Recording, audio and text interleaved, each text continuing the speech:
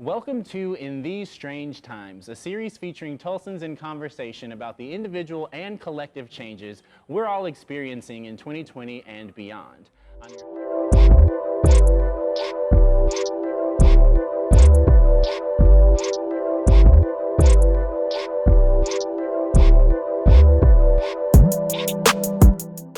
I'm your host, Alexander Tamahn, and this is episode 1, Pandemic Problems. Who would like to go first? I would like for you to go I'll first. go first. Yeah. I'm Shelby. Essential. Yes. As essential as they come. I don't always feel that way. I don't know, they call us frontline heroes, workers, but I don't feel like that. I just feel like I'm doing what I normally do. I love what I do and jumping in. So I don't feel like I changed what I do, and I don't feel like a hero. I just feel like my normal self. Like, Well, what is your normal experience, if you could expound on that a little bit? What is a day in the life?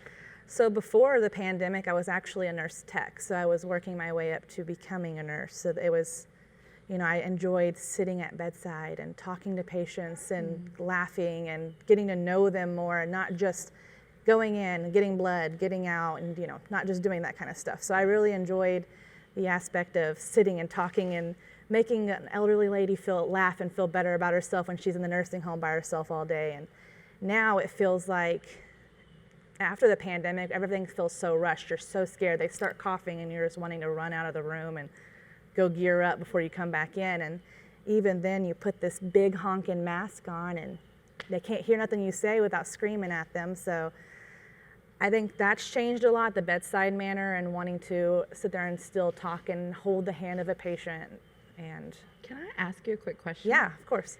Have you had any issues communicating with people who are hard of hearing or deaf? Very, Because you have to wear a very, mask. very hard, What do you especially do? if they're deaf.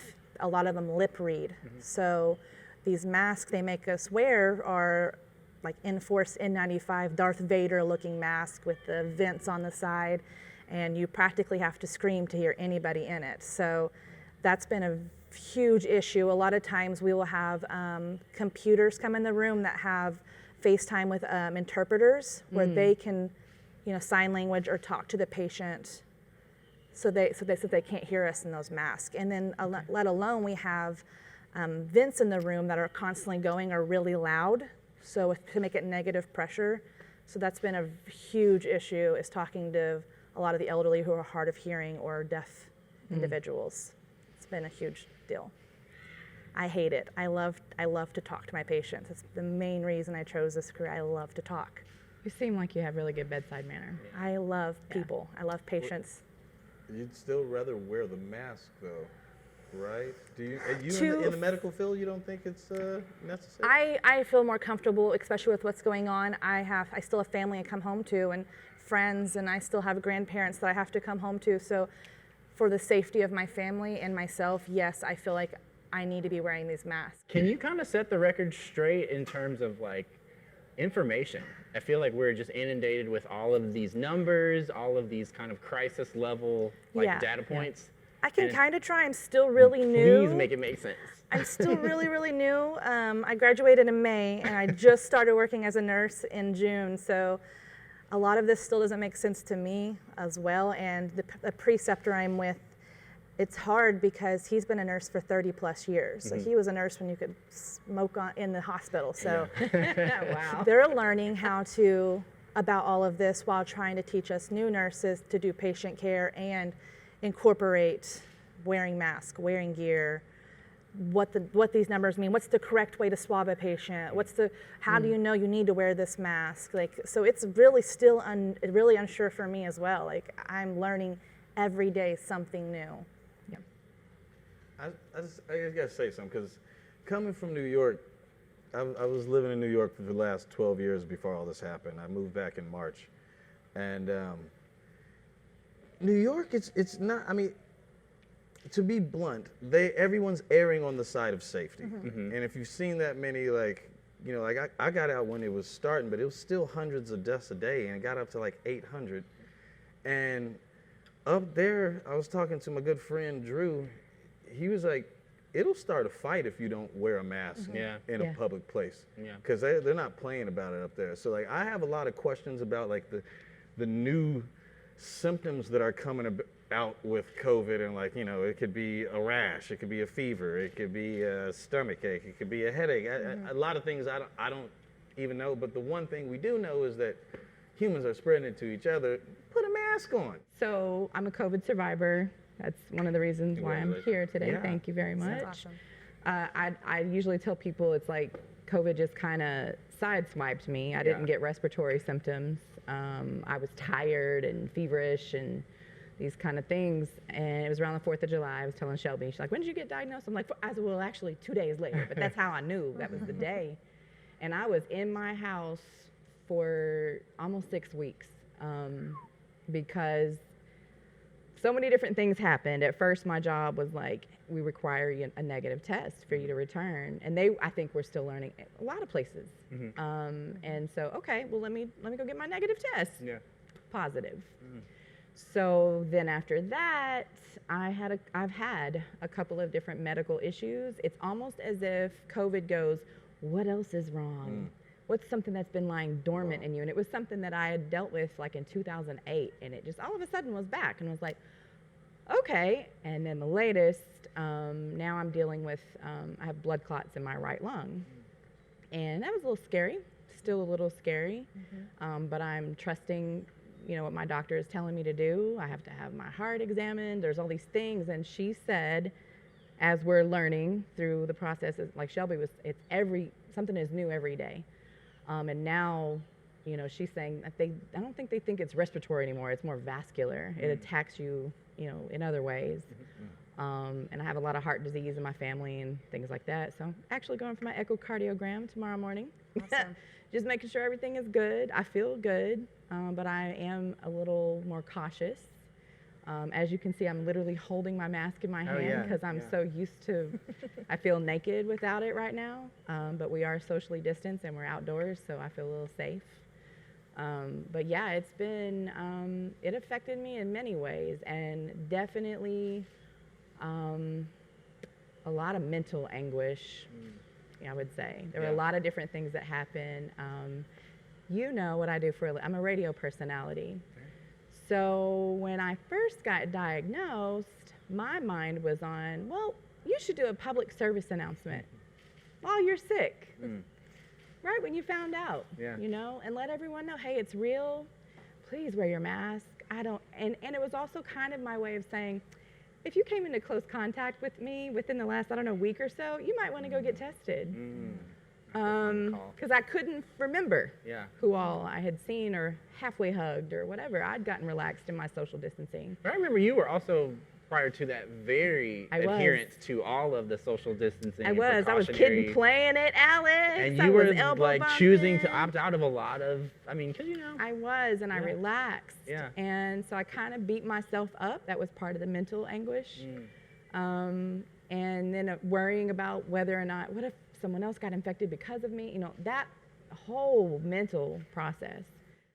I like what you said about people not thinking it's real and not wanting to wear their masks, and everybody thinks it's fake news when it's not. The reason we're wearing our masks is because it's an airborne droplet thing, and you could sneeze, not even thinking about it, not knowing. You could be asymptomatic and not even know you have not COVID, even know you're carrying it. And you sneeze and there are droplets in the air and somebody breathes it in, or on the Walmart basket, sneezes on that. And I think it's hilarious now. I've always been a basket wiper. Like even before this, I think it was always the nurse in me that knew, like, just wipe that. You don't know whose hands are on it. And now I see it so commonly. I'm like, I've been doing that the whole time. Yeah, washing your hands before it was cool. Yes, been doing it the whole time. But I love seeing everybody else do it. I think that's a really good habit. I think that actually sets people in a good habit of forever having good hand hygiene and wiping down your basket before you walk. And when this pandemic's, fingers crossed, slows down. But I like how you said that. Like, some people don't believe it's real, that it's political, or, you know, a lot of people are saying that's fake news. And as healthcare workers know, we see it. It's not fake, and you're seeing old symptoms come up from that, and that's happened often, actually. And I think another thing too that you said, like, after the pandemic or whatever, we have a lot of when this is all over. Yes.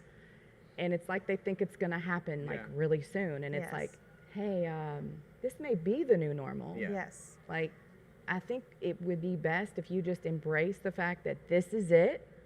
And then if it does go back, great, you know, but it may not go back to the way things were before. We kind of need to like live in the moment. We need to be present and treat every day like, okay, what's the new news about COVID today? Yeah. You know, we need to be prepared.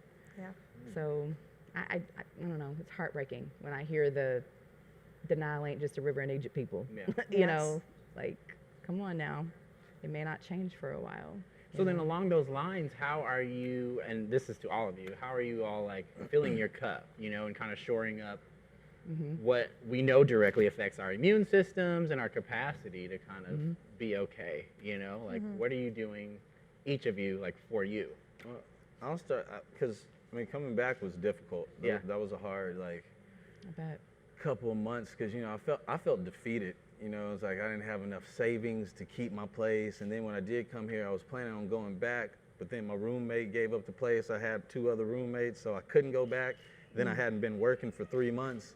So it was like, I'm here. Can you tell us what you do? Because I don't think we I'm a said that. cellist. I'm a traveling musician. I'm a school teacher, and the way I got a booking agent was because I started playing cello in the subways.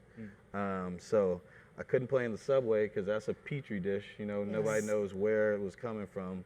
They canceled school when I came back here. We hadn't started teaching remotely yet, and also all my gigs got canceled until November 21.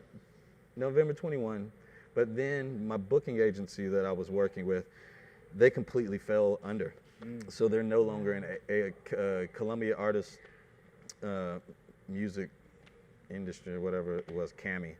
But luckily my booking agent was able to give me another booking agent before he left at a completely different company. So I managed to get a new booking agent in COVID. Not that there's any booking happening right now. Right, but you're still. But before I go into that, I wanted to say, like, COVID took a lot of things, but we still healthy and alive right here. You Yes. know, and like Absolutely. it's easy to get caught up in this, like, COVID took my career, COVID Yeah. took my job, and it did. Yeah. But you know, I'm sitting here like, you know, able to laugh. This is so much different than New York. Oklahoma people have it a lot easier because with our houses, that's essentially a quarantine Yes. space. In New York, if you walk outside your door and you live on a 7th-floor apartment with 6 rooms on each one with possibly 3 to 4 people in each one, you're touching 170 Yeah. people every time you open Yeah. the door. So there was a much higher risk in New York, but I still don't think people should take it as casually as they are here. Yeah. Not saying the risk is the same, but it could be, you know? So one of my favorite things about moving back is I haven't been to a restaurant, I haven't been out to eat since like May 30th, and I'm loving it. I mean, I'm supporting restaurants and stuff, like I'll go and get some to-go stuff, Yeah. but like I've really gotten into, I haven't had a house in 12 years. So to have a backyard, to have a porch, to have a deck and stuff. And I've been social selective distancing. Like I'll have Same. over 1 or 2 people, and you know, and that's the chance that you do take. It's like, where have you been? Because my good friend, he got COVID on July 4th too. He had been the safest one out of everybody. Yeah. Wasn't taking any visitors, nobody yada. Then he let some folks come through for July 4th and got COVID 2 days later. So the risk is there. It's always going to be there. And you know, I'll put it like this. At some point, it's like either I'm going to socialize or I'm going to jump out the window. Yeah.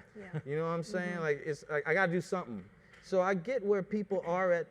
So what do you do to keep from jumping out At the the- window? That's what I want. Yeah. Well, I mean, I've been socializing Yeah. selectively. Yes. Right. You know, and the thing like romance in the COVID time, it's like, that's a chance I'm willing to take. Now we're getting there.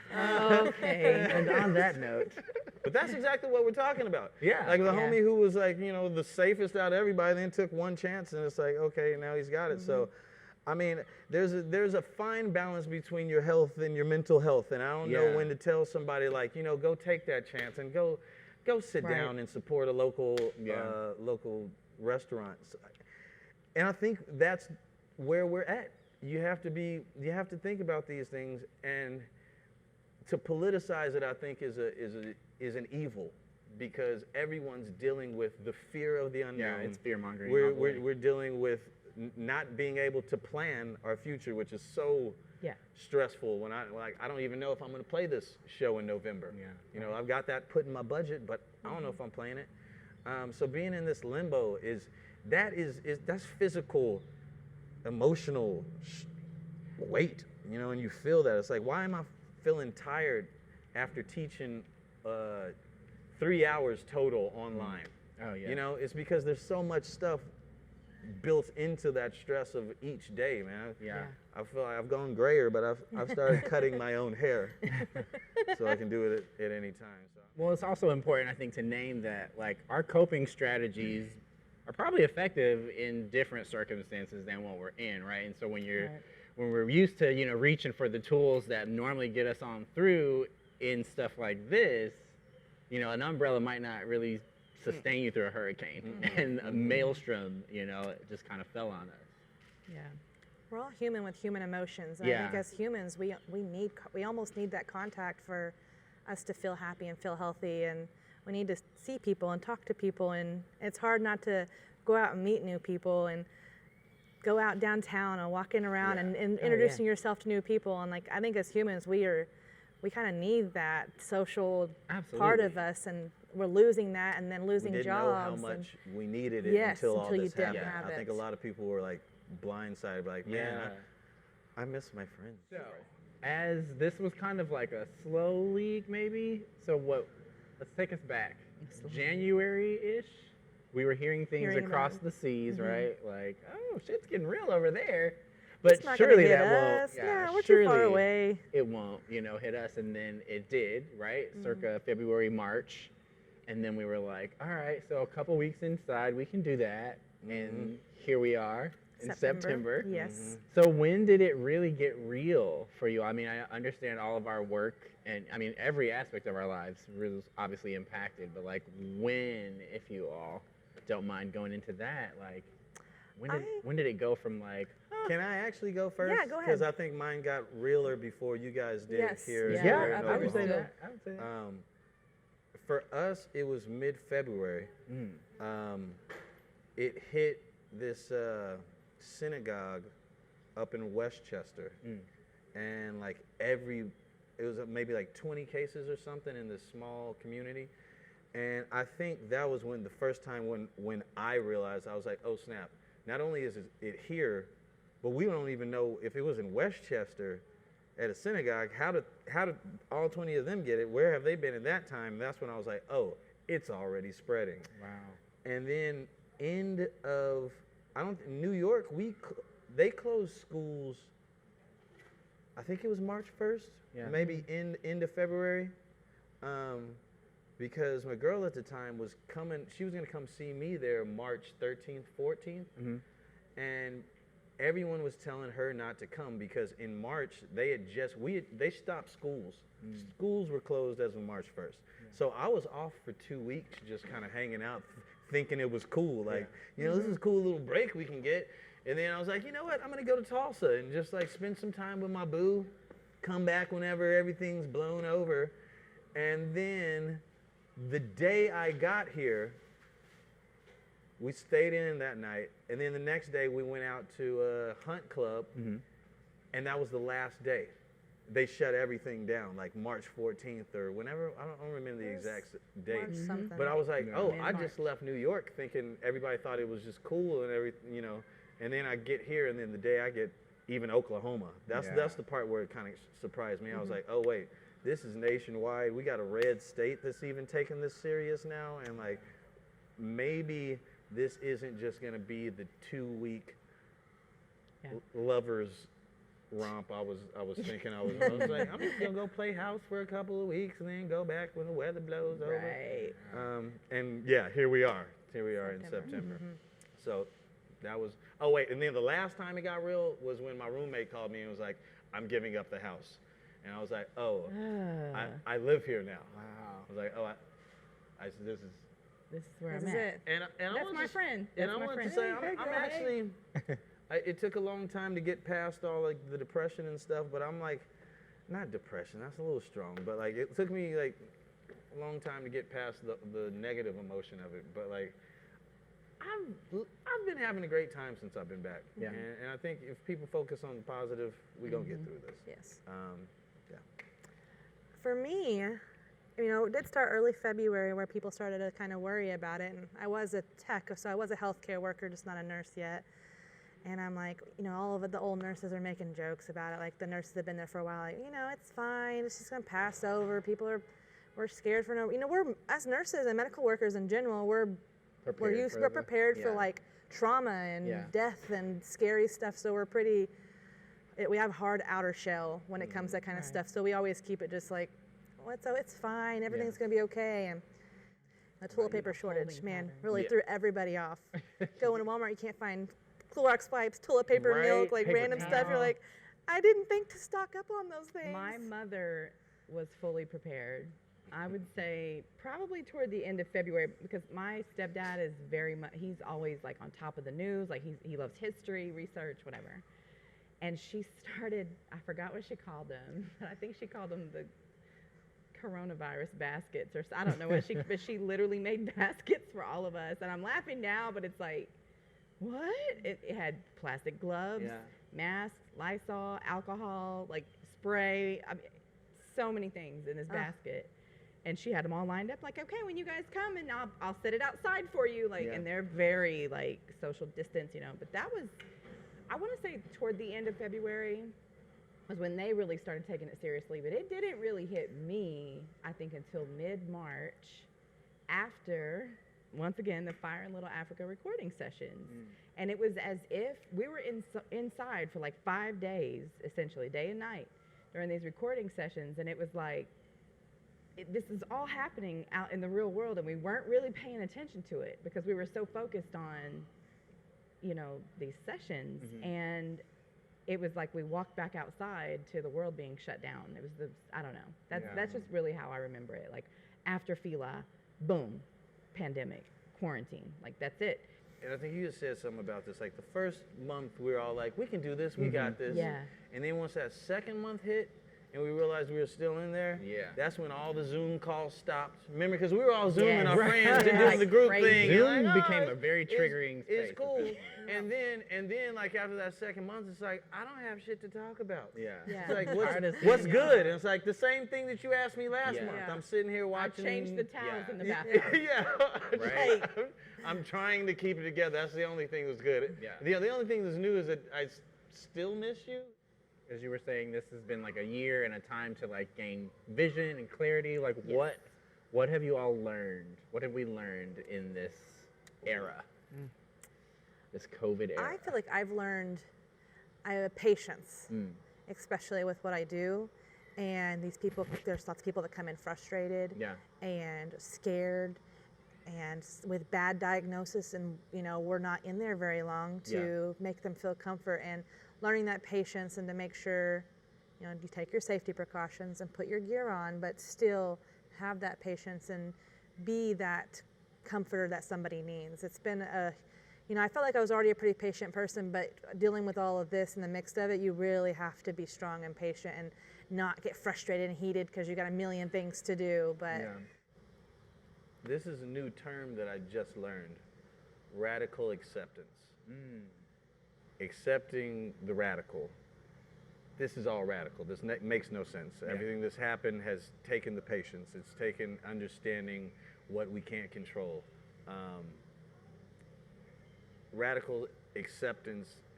It's hard being a fish out of water. It's hard making those changes in your life. And like I said earlier, like I was getting sad that like I wasn't working. I didn't know where I was going to get a job. I didn't know what I was going to do. But that wasn't really up to me. It wasn't my fault. It wasn't like I got fired from a job. It wasn't like I was showing up drunk or something. It was that the world was ending. Is ending, but we gonna make it. So taking things in stride, taking things as they come, being open to not being in control, accepting the radical acceptance. I think that's probably the thing that I've learned most, because that's, even though everybody who knows me knows that I don't plan a week in advance.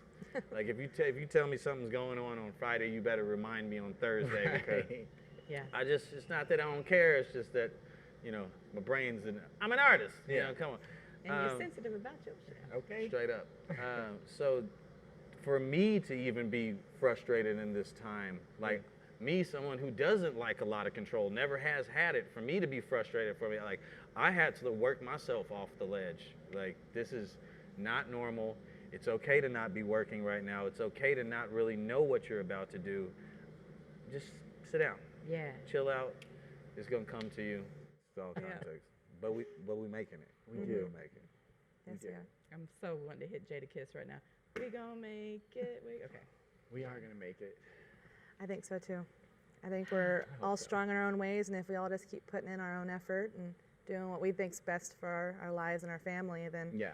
it's gonna be okay. Yeah. Yeah, and I would also say, like, not only doing the internal work, and for me it was like therapy, reading, meditation, like all these different things that I've been exploring, but when you feel that your tank is a little more full today, when you're having one of those good days, reach out, check on your people. Yes. Like, that's the one thing that's like, somebody out there needs to reach out. And usually what I do is, like, if somebody crossed my, I literally, today, a good friend of mine from back home, hey, you were heavy on my heart last night, but I didn't text you because it was late, and she's a postal worker. And I said, you good? And she wasn't.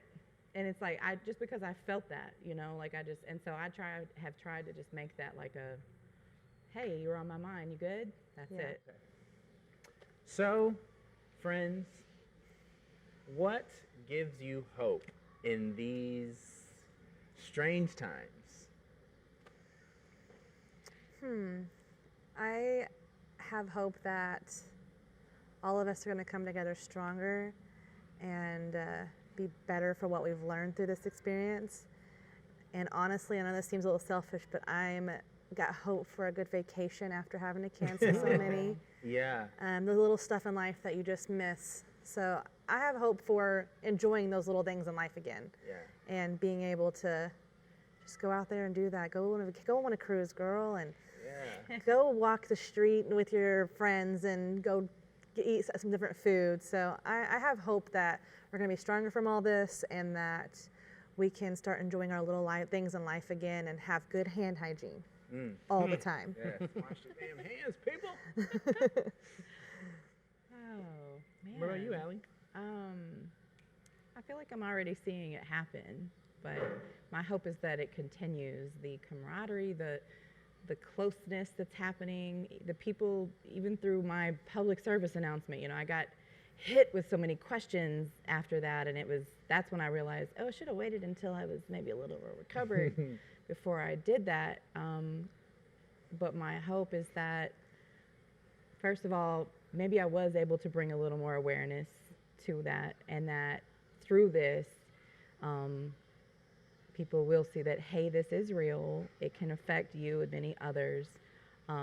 And it only made us stronger the more we continue to learn about it, and the way everyone is just coming together. Like, I don't know how to explain that feeling of when somebody says, I got you. Yeah. It's like, no, they really mean it now.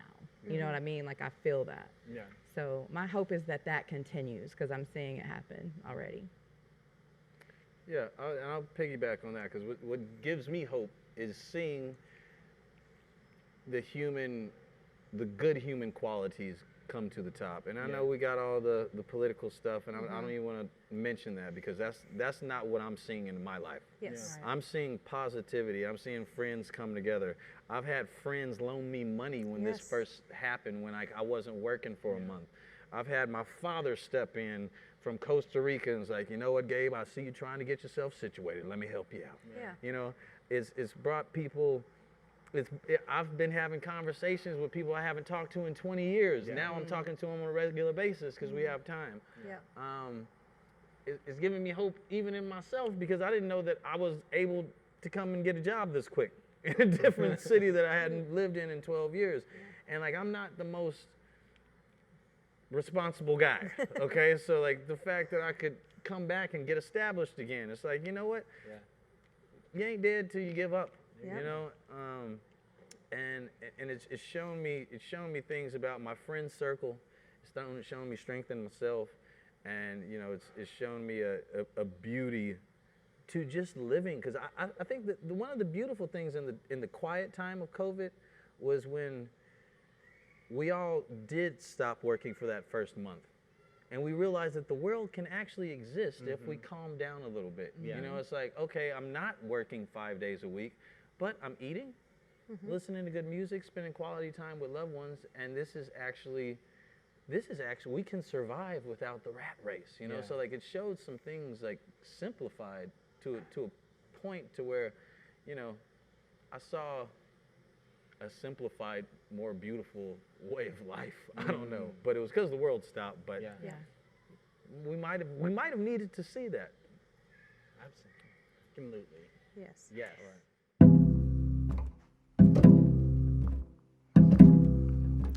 You say we're forever, but you know that is a lie. Baby, you say I'm too